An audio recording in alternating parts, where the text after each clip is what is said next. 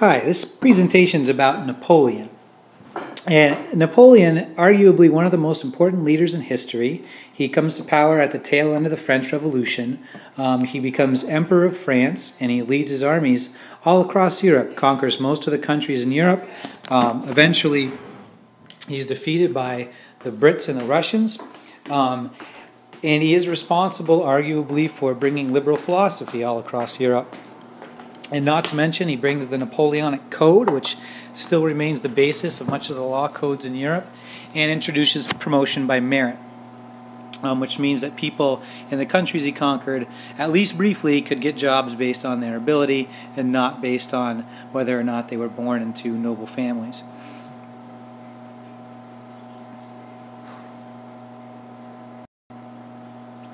So Napoleon's born in Corsica, and Corsica is a small island off the coast of Italy. And really, until a few years before Napoleon's born, Corsica is Italian. And that's one of the two reasons why Napoleon is teased so much as a kid. The other reason being that compared to many of the other kids at school, Napoleon was a little on the short side. And so Napoleon is teased through his childhood because he talks funny in an Italian accent and because he's not particularly big. Napoleon is, however, fairly brilliant, arguably a genius, and he expresses this ability in school. Napoleon's parents are actually driven off the island of Corsica because they engage. Napoleon's born into a noble family with not a heck of a lot of money, but they end up at war with one of the other noble families on Corsica, and they are driven off.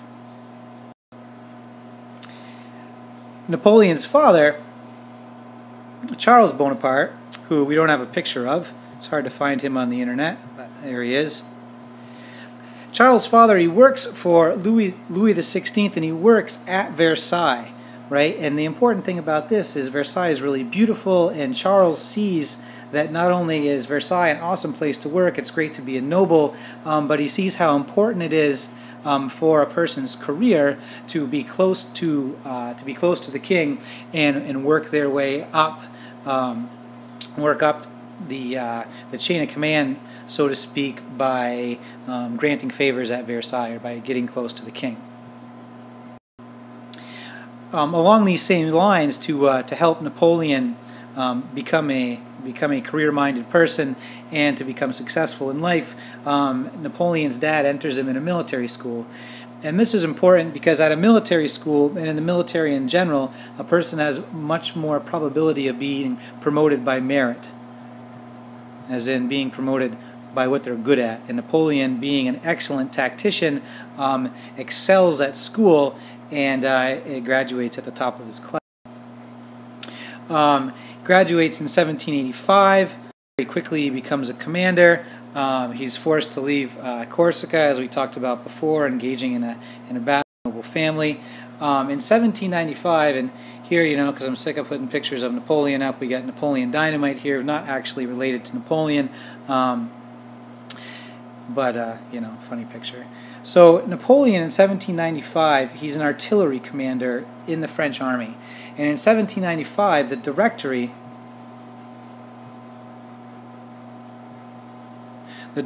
is in charge of France. And the Directory, if you remember, is the government that comes to power after the National Convention voluntarily steps down after the Reign of Terror.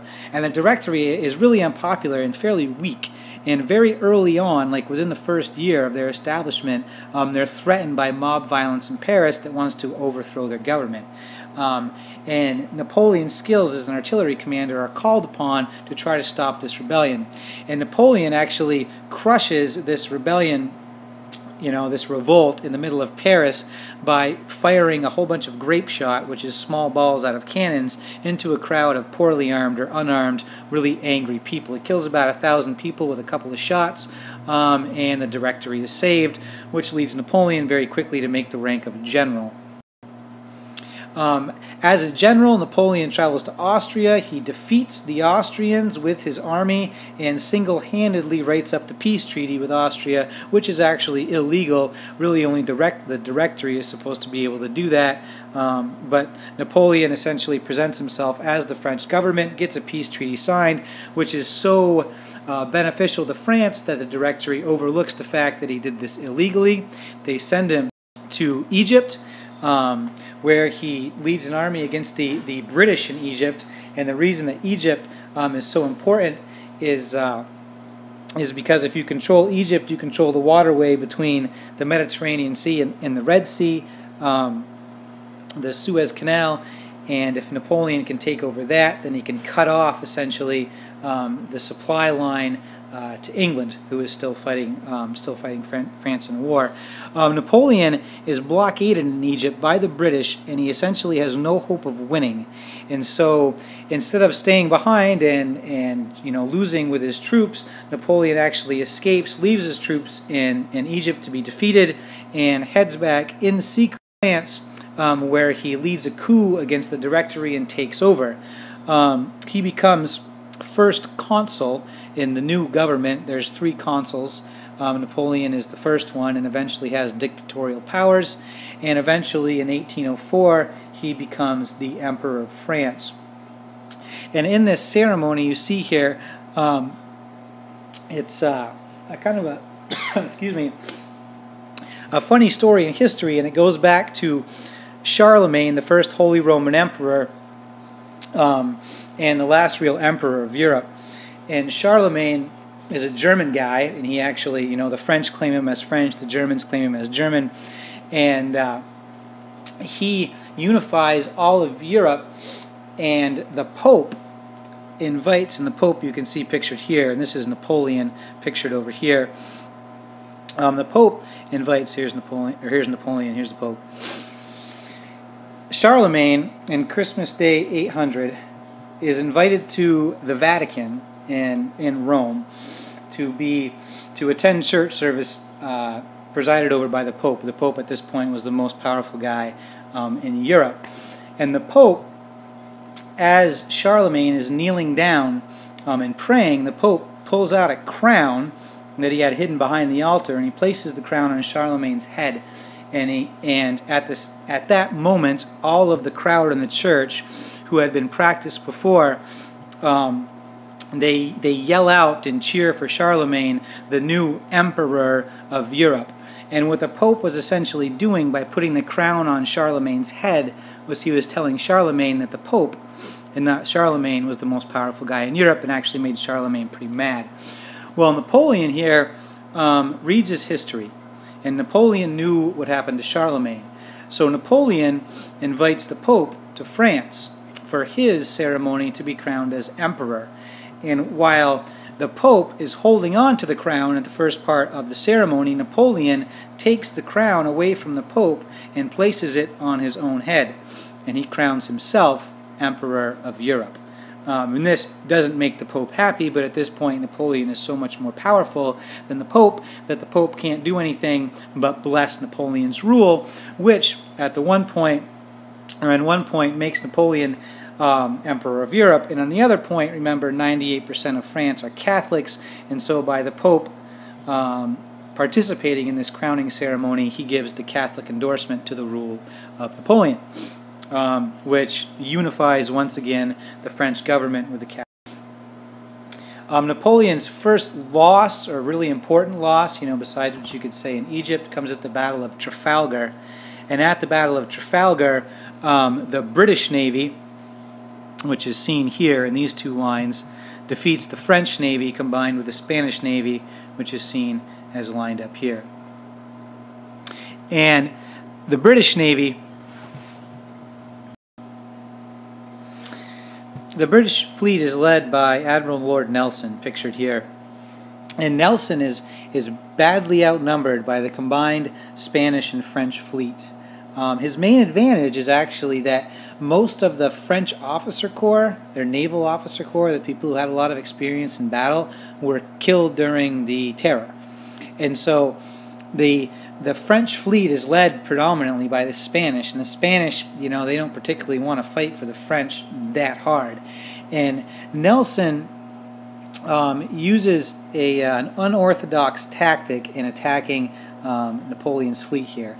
Essentially, naval tactics at this time said that you sailed up broadside of the ship, so you would sail up so this part of your ship was pointing at the enemy's side of the ship, and you'd blast each other to death with cannons, because your cannons are all pointing out the side like this, right? But what Nelson does is instead he sails his fleet straight at the French lines. Now this is really dangerous because as he approaches, he can't fire any of his guns at these ships, right, because they're all pointing to the side, but as he closes in, the enemy, the Spanish and the French, will be able to fire all his guns at his ship. So it's a really risky maneuver.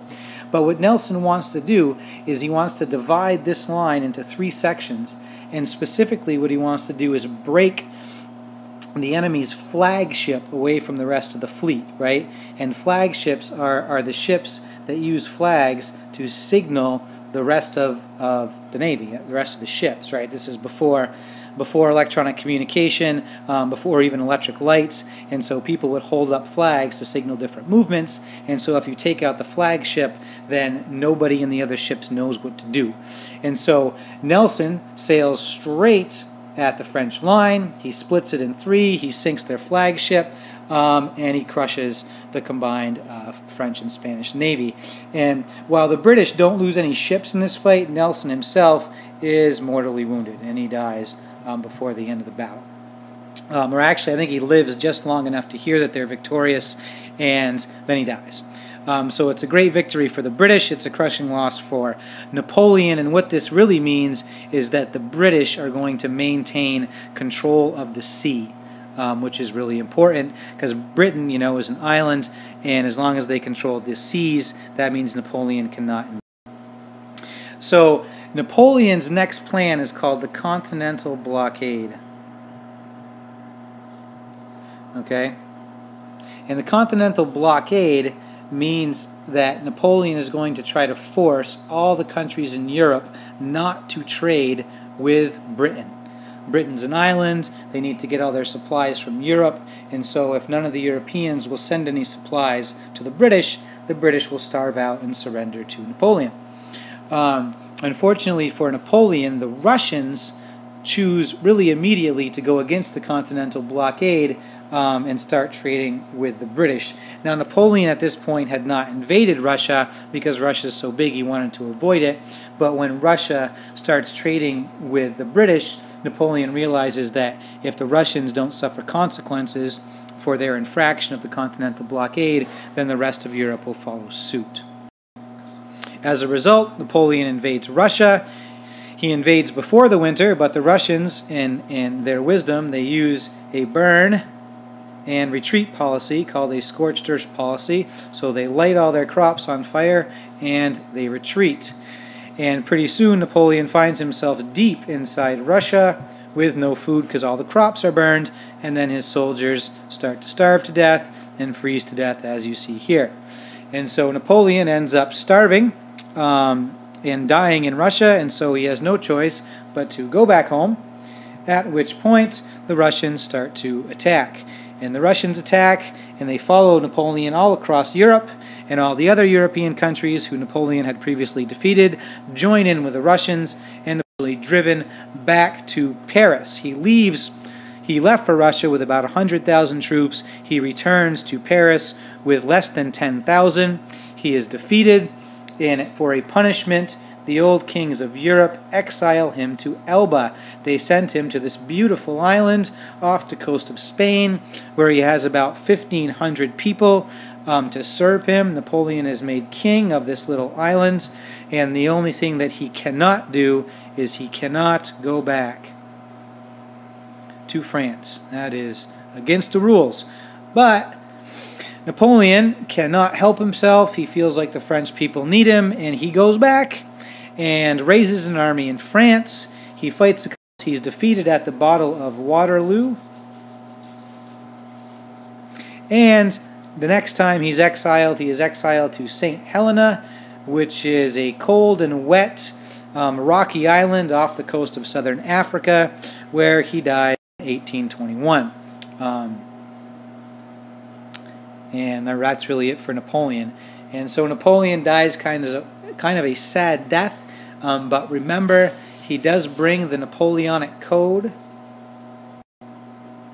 to Europe, which unifies all Europeans under one rule of law. And remember, that's Beccaриa's idea, and the Napoleonic Code in many ways still lasts till today. And Napoleon is also responsible for bringing liberal and revolutionary ideas to all the countries in Europe. And this is kind of ironic because Napoleon ruled with absolute power, but ideas of democracy and freedom and equality are really brought to these countries by Napoleon, who brings all those Enlightenment philosophers' writings to the Europeans. And not long after Napoleon dies in 1848, another wave of revolutions washes across Europe. And most of them are crushed, but nonetheless the liberal ideas are there to stay and can be seen as somewhat responsible for the democracies that persist in Europe today. Thank you.